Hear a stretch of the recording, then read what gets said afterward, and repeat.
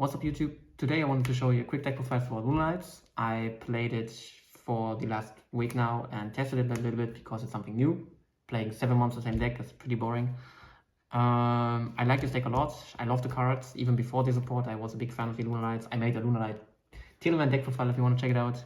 I think like 2 or 3 months ago. Yeah, let's join into it. I played a case tournament today. I went X1, I only lost to Protoss called Dark. Like, I rolled him, and he has 1 card in hand left, and it was Protoss. Real. Yeah, so for the monsters, I play 3 Gold Leo. This is one of the new support cards. If you don't know what it does, you can search a Lunalight and then discard a card, which is insane to trigger your card effects. And you can grab a Lunalight back from grave if anything gets sent to the graveyard, but just one of the cards gets sent to the graveyard, so yeah, then to Chick, which is your way to dump something in the graveyard to then grab it back. This card is insane. You use it like 10 times. I think the most people know this card from like back in the days.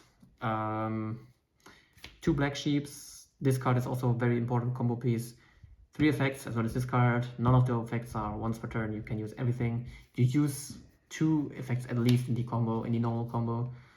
And yeah, this is probably my favorite card in the whole deck.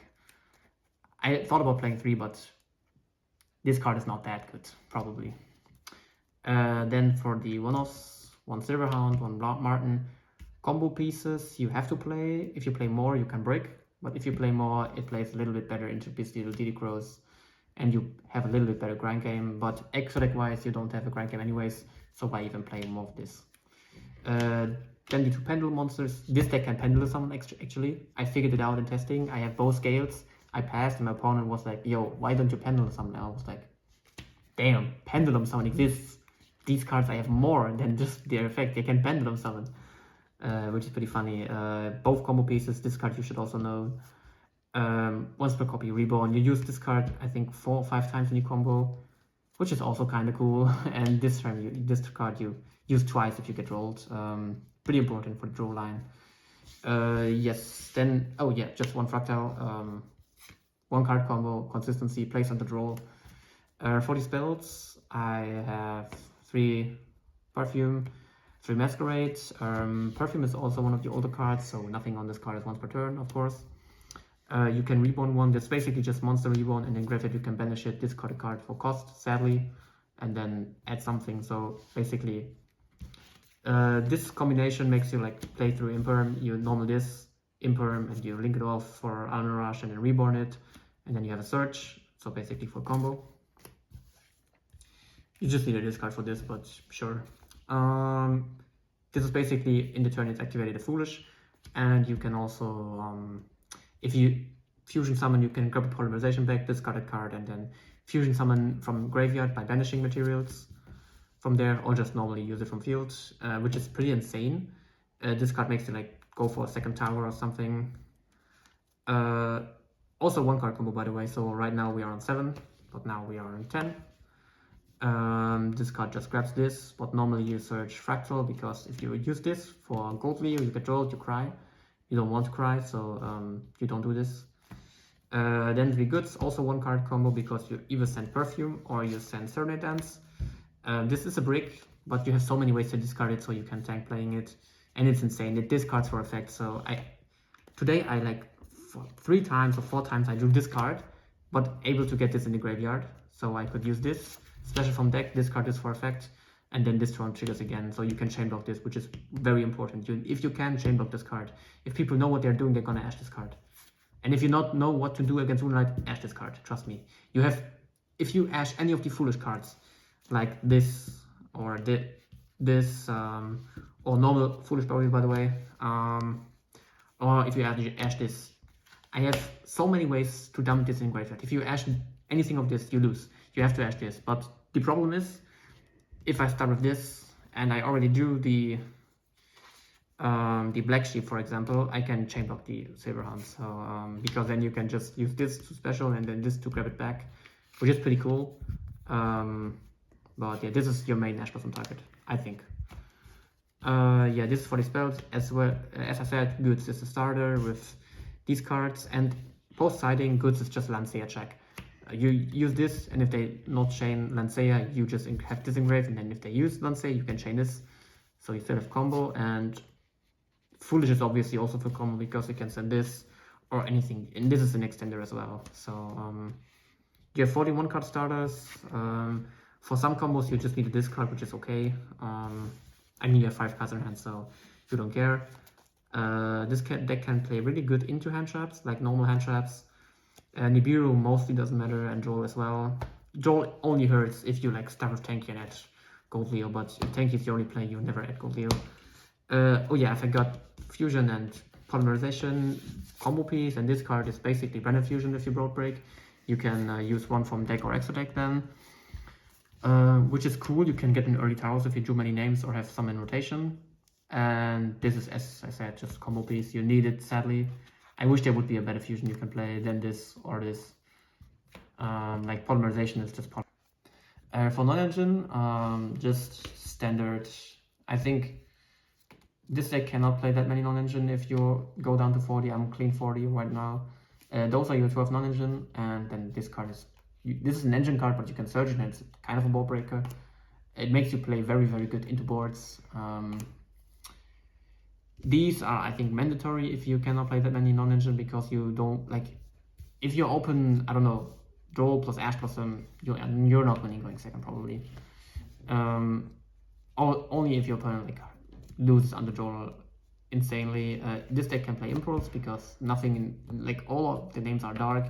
The only main deck names that are not dark are the Pendulum Scales and the Fractal. You can still use Fractal after Impulse.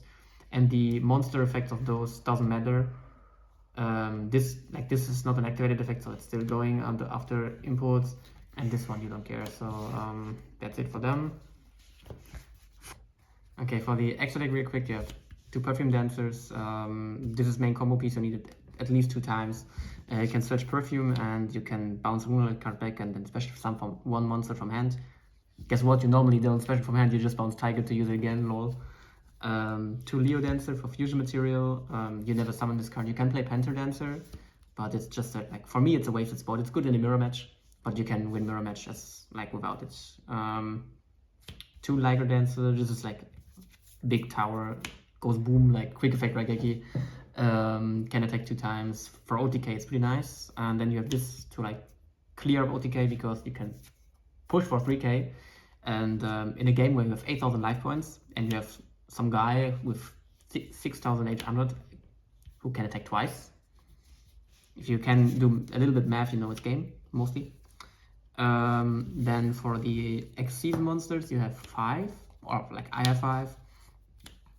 Pretty simple. Combo piece, like those 4 are combo pieces end board, like Baguska Pass, best end board in game, unbreakable. This one sets Tanky, and this is hidden effect, Dark Rule no more, for non-beast warriors, for end of next turn actually. This is insane, this is 1v a game. Baguska, I explained enough, and this card has just the idea of detaching for effect. You cannot, I played Redo before because I love Redo, but you need a body, you don't want something to get banished. And Cowboy for game is insane, because first of all time, I never win the time, so yeah. But hear me out, Spice card. That's why I'm not signing it. You have this guy or this girl. It's a furry stuff. It's attack twice. It's at 38 times 2. So you had 7/6. So your opponent has 400 life points left. You have 2 level 4s in rotation. Guess what you do? Cowboy for game. Yeah, my favorite interaction in Yu-Gi-Oh! I love this card. I ordered a quarter of this, but it didn't arrive, sadly. So I have to play the, I don't know, 2013 to 12 rare, I don't know. Or where's it from? Wing Raiders, yeah, exactly. Then Almirage, Cross Sheep, and SP endboard piece. I don't ask about this card. Cross Sheep is combo piece. Mostly you summon fusion there and then reborn something non-target, by the way. And Almirage is for the imperm line. If you get imperm on Gold Leo and you have like any reborn card, in best scenarios you have Perfume. You can then reborn Gold Leo again and insert some stuff, which is kind of neat. And then for the side deck, for going first, I have these 5 cards. For these Charmies, there's more, but I will tell you later. I don't have to explain discards. I don't want to main it, because if you get Charmy game 1, your opponent gets like a million draws, but you just commit because mostly people are not running an out into towers, and then you just fully commit, so you go double towers Baguska. And this is for Bestial heavy matchups. If you play 3, you will brick on it. I hate this card at 3. This card does nothing basically. It feels so weak, even if I know it's good against some cards in the meta, or like against Bestial, GWC, Mitsurugi cards. It's good, but I hated it. It's at 3, it's just ass. Yeah, so this for that, and yes, we don't talk about that. Just go quick to the side. Go away. You want to win going first, so I don't have to explain this. This is pretty good. You can also side this going second against some matchups like Bank Soul, looking for hand. It's always insane, and call by is just nuts. So yeah, this for that. So basically, for going first, you have 5 cards with everything, and then if you want to place Bestials in some kind of recipe, you just put those 2 in, so you have 7, and you just, like most against Vanquish Soul, I mostly side those 8 in. Those are 8 cards, yeah, okay. And then you just put out the 6 Charmies and 1 Impulse and 1 Draw. Because mostly if you pull up 2 towers, they cannot play through that anyways. And the last card is Duster. I just put it in because I like Duster, and you can cut these cards for like heavy poly or stuff like that. But then you have like 5 for Charmies, and then 1 of this, which is also okay. It's not that much of a problem. But I just wanted to play this because heavy polymerization is not. I'm not owning the card. Yeah, exactly. That's it. I hope you liked it. If you have any questions for the deck profile, just ask me in the comments. I answer everything I can. Yeah, don't forget to like and subscribe, and see you on the next one.